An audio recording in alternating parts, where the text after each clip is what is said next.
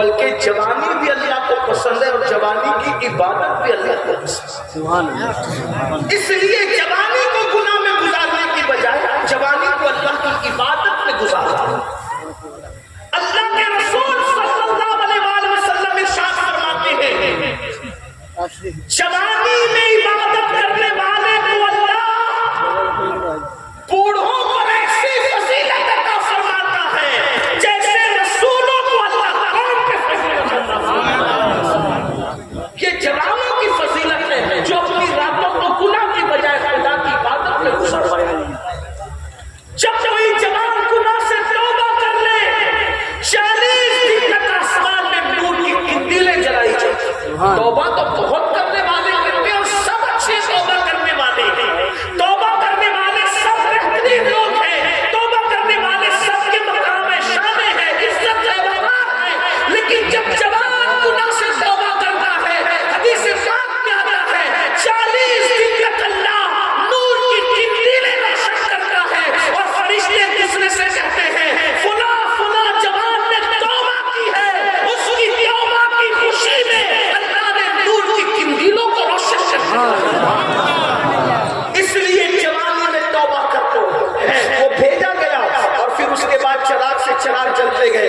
آج کے اس دور میں جبکہ ارتداد کا فتنہ عام ہے، بچیاں ارتداد کی طرف جا رہی ہیں، اس کو ایک طرف رکھو اور اس کے بعد حضور زینت العطیہ کے اس قدم کو تقریباً اللہ اکبر 40 سال پہلے 35 سال پہلے کے قدم کو ایک طرف رکھو تو آپ کیا محسوس کر سکتے ہیں؟ کیا یہ نہیں کہہ سکتے کہ بچیوں کی تعلیم نہ ہونے پر ارتداد کا فتنہ آج اٹھا ہے؟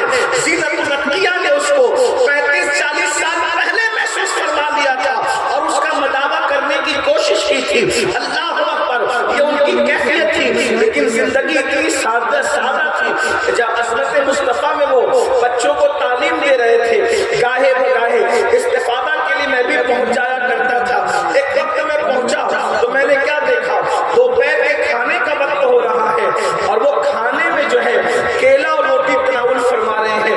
مجھے حیرت ہوئی، یہ دوپہر میں چلچلاتی دھوپ میں حضرت کھانا کھانے کی بجائے کیلا روٹی کھا رہے ہیں۔ تو میں پیچھے ہوا، میں نے کہا اگر حضور آپ اجازت تھے تو میں کوئی جو وہ انتظام کر دوں۔ کہا کہ نہیں، میں اپنی خواہش سے یہ کھا رہا ہوں۔ اتنی سادہ غذا پر انہوں نے اکتفا فرمایا۔ اکثر کام اپنے ہاتھوں سے کرتے، انہی عظمت مصطفیٰ میں قیام کے درمیان ایک مرتبہ کسی میت کے حوالے سے میں پہنچا جنازہ پڑھانے کے لیے تو میں نے دیکھا، میں نے سوچا کہ تازہ وضو کر لوں، استنجا کے لیے گیا تو میں نے دیکھا حضرت کے ہاتھ میں جھاڑو ہے اور وہ بیت الخلاء میں جانے سے پہلے جو جالے لگے وہ اپنے ہاتھ سے صاف کر رہے ہیں۔ میں نے اپنی آنکھوں سے دیکھا، میں نے بڑھ کے کہا کہ لائیے میں کر دیتا ہوں، کہا کہ نہیں میں کرتا ہوں۔ آپ اندازہ فرمائیں ایک ایسی شخصیت آپ کے علاقے میں ہو سکتا ہے ان کی زندگی کا زیادہ تر وقت باہر گزرا ہو تو یہاں کے لوگوں نے کم محسوس کیا ہے، لیکن مجھے نہیں لگتا کہ لوگوں نے کم محسوس کیا ہو، اس لیے کہ مشق اور عشق اسے کتنا ہی چھپانے کی کوشش کی جائے، مشامے جائے اس سے معطر ہو ہی جاتے ہیں۔ اور مفتی زین الدین رحمت اللہ تعالی علیہ، اللہ اکبر، وہ عشق رسول کا مشق بھی تھے اور مجسم خود عشق رسول کا پیکر بھی تھے، اس لیے ان کی شخصیت کو بہت زیادہ لوگ چھپا ہوا نہیں دیکھ سکتے۔ اللہ رب العزت اس مرد قلندر کے مزار پرانور پر رحمت و نور کی برسات فرمائے۔ ایک بات اور عرض کر کے میں اپنے عنوان کی طرف چلنا چاہتا ہوں۔ ایک مرتبہ مالیگاؤں کے اندر کچھ ہنگامہ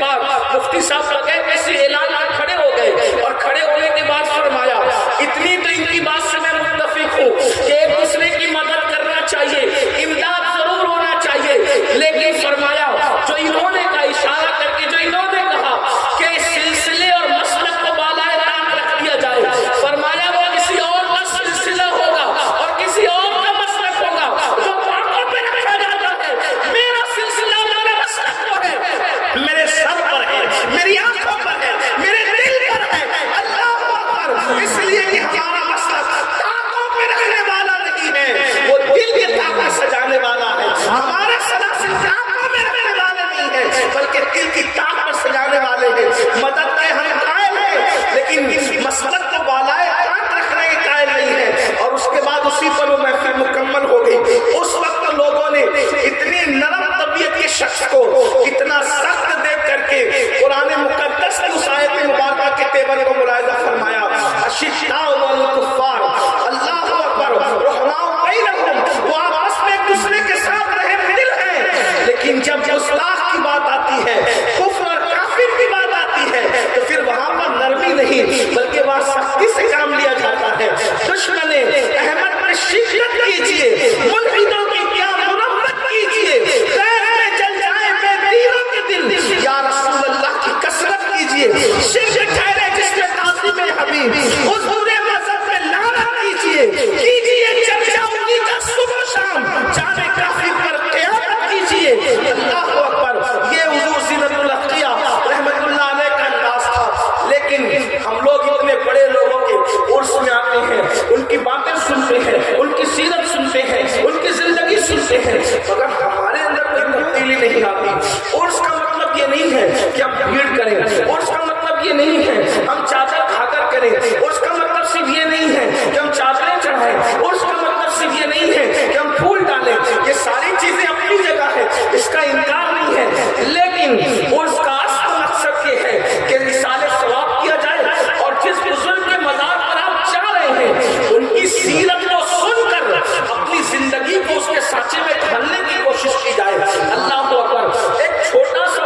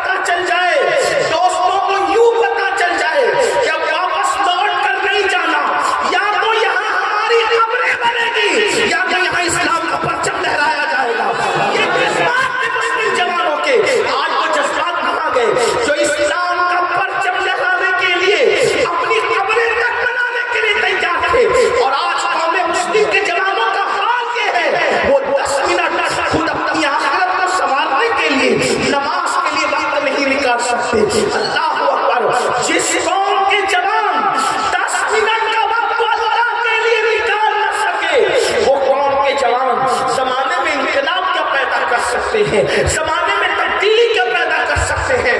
سن لو کہ جوانی ایک مہمان کی طرح ہے، جوانی کی قدر مہمان کی طرح کرو، جیسے کوئی باوقار عزت دار شریف مہمان بہت وقت کے لیے کہیں نہیں آتا، وہ آتا ہے چلے جانے کے لیے آتا ہے۔ جوانی بھی ایک باوقار عزت دار قیمتی مہمان کی طرح ہے۔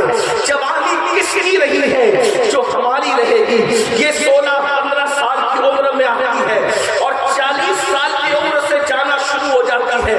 یاد رکھنا، جوانی کے نشے میں اللہ کی نافرمانی کرنے والوں، جوانی کے نشے میں رات کی تاریکیوں میں جرائم کرنے والوں، جوانی کے نشے میں اللہ کو ناراض کرنے والوں، خدا کے قسم کو دعوت دینے والوں، بہت جلد یہ جوانی جائے گی اور اس کے بعد جب بڑھاپا آئے گا، جو جوانی میں گناہ کرتے ہیں، جو جوانی میں جرائم کرتے ہیں، جو جوانی میں اللہ کی نافرمانی کرتے ہیں، ان کو بڑا دردناک بڑھاپا آتا ہے۔ اتنا بدترین بڑھاپا وہ دیکھتے ہیں کہ جب وہ موت مانگتے ہیں تو اللہ ان کو موت بھی نہیں دیتا۔ اتنی دردناک، اللہ اکبر۔ سید الطائفہ حضرت جنید بغدادی رضی اللہ تعالیٰ عنہ نے ایک بڈھے کو بازار میں بھیک مانگتے دیکھا۔ اللہ بغداد معظم کے بازار میں وہ بھیک مانگ رہا تھا، مگر کوئی اس کو بھیک دینے کے لیے تیار نہ تھا۔ تو لوگوں نے کہا حضرت کیسا عجیب دور آ گیا کہ اس بڈھے کو کوئی بھیک نہیں دیتا۔ فرمایا اللہ اس نے اپنی جوانی کو پاک میں گزارا تھا، خدا نے اس کو ذلت آمیز بڑھاپا اس میں مسلط کر دیا۔ آج اس کو کوئی بھیک دینے کے لیے تیار نہیں ہے۔ میری قوم کے جوانوں سن لو، جس دن یہ خوبصورت جوانی کی راتیں گزر جائیں گی، اس دن یہ جسم اتنا کمزور ہوگا، کبھی گھٹنوں کا درد، کبھی کمر کا درد، کبھی وجود کا درد۔ آج نرم کندھوں پر لیٹ کر زنا کے مناظر دیکھتے ہو، آج نرم کندھوں پر لیٹ کر زنا کی فلمیں دیکھتے ہو، کل نہ نرم کندھے ہوں گے، نہ سکون کی نیند ہوگی، بلکہ اس وقت تارے گنو گے اور رات تارے گنتے گنتے گزر جائے گی۔ نیند طلب کرو گے، جا کر پوچھو، 2-3 نیند کی گولیاں کھانے کے بعد بھی لوگوں کو نیند نہیں آتی۔ جوانی میں جرائم کرنے والوں کو بڑھاپا بہت پرسکون نہیں ملتا، بلکہ ننھے سے بچے بھی ان کا رسپیکٹ نہیں کرتے، جو اللہ کے قانون کا رسپیکٹ نہیں کرتے۔ جوان کوئی نہیں پوچھتا، اور جب انسان کمبل میں منہ چھپا کر بڑھاپے میں روتا ہے تو اس وقت تو بہت دیر ہو چکی ہے۔ میں اپنے جوانوں سے کہتا ہوں، تمہارے بڑے بوڑھوں نے جو اپنی جوانی کو گناہوں میں برباد کر کے اپنے آپ کو تباہ کیا، تم اس غلطی کے راستے پہ نہ جاؤ، بلکہ جوانی بھی اللہ کو پسند ہے اور جوانی کی عبادت بھی اللہ کو پسند ہے۔ اس لیے جوانی کو گناہ میں گزارنے کی بجائے جوانی کو اللہ کی عبادت میں گزارنا۔ اللہ کے رسول صلی اللہ علیہ وسلم ارشاد فرماتے ہیں، جوانی میں عبادت کرنے والے کو اللہ بوڑھوں کو ایسی فضیلت عطا فرماتا ہے جیسے رسولوں کو اللہ قوم پہ فضیلت عطا فرماتا ہے۔ یہ جوانوں کی فضیلت ہے جو اپنی راتوں کو گناہ کی بجائے خدا کی عبادت میں گزارتے ہیں۔ جب کوئی جوان گناہ سے توبہ کر لے، 40 دن تک آسمان میں نور کی قندیلیں جلائی جاتی۔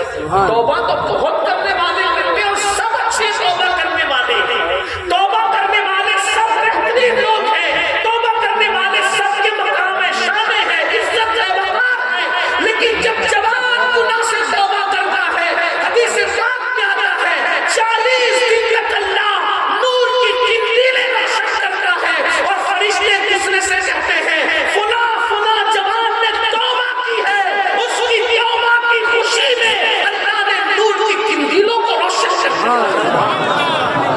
اس لیے جوانی میں توبہ کر دو، جوانی گزر جائے۔ میں بھی اپنی گفتگو کو سمیٹتے ہوئے، جوانی گزر جائے۔